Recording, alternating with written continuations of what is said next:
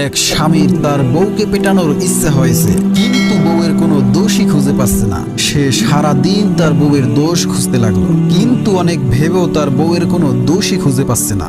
হঠাৎ বাইরে থেকে এসে দেখে উঠানের মধ্যে একটা কুকুর শুয়ে আছে। এটা দেখে সে আর দেরি না করে দ্রুত ঘরে ঢুকে তার বউকে পেটাতে লাগলো। তার বউ কাঁদো কাঁদো কণ্ঠে বলতে লাগলো, আমারে মারতাছো কেন? আমি কি করছি? স্বামী বলল, কি করছো মানে?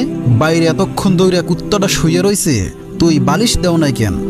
এক স্বামীর তার বউকে পেটানোর ইচ্ছা হয়েছে, কিন্তু বউয়ের কোনো দোষই খুঁজে পাচ্ছে না। সে সারা দিন তার বউয়ের দোষ খুঁজতে লাগলো, কিন্তু অনেক ভেবেও তার বউয়ের কোনো দোষই খুঁজে পাচ্ছে না। হঠাৎ বাইরে থেকে এসে দেখে উঠানের মধ্যে একটা কুকুর শুয়ে আছে। এটা দেখে সে আর দেরি না করে দ্রুত ঘরে ঢুকে তার বউকে পেটাতে লাগলো। তার বউ কাঁদো কাঁদো কণ্ঠে বলতে লাগলো, আমারে মারতাছো কেন? আমি কি করছি? স্বামী বলল, কি করছো মানে?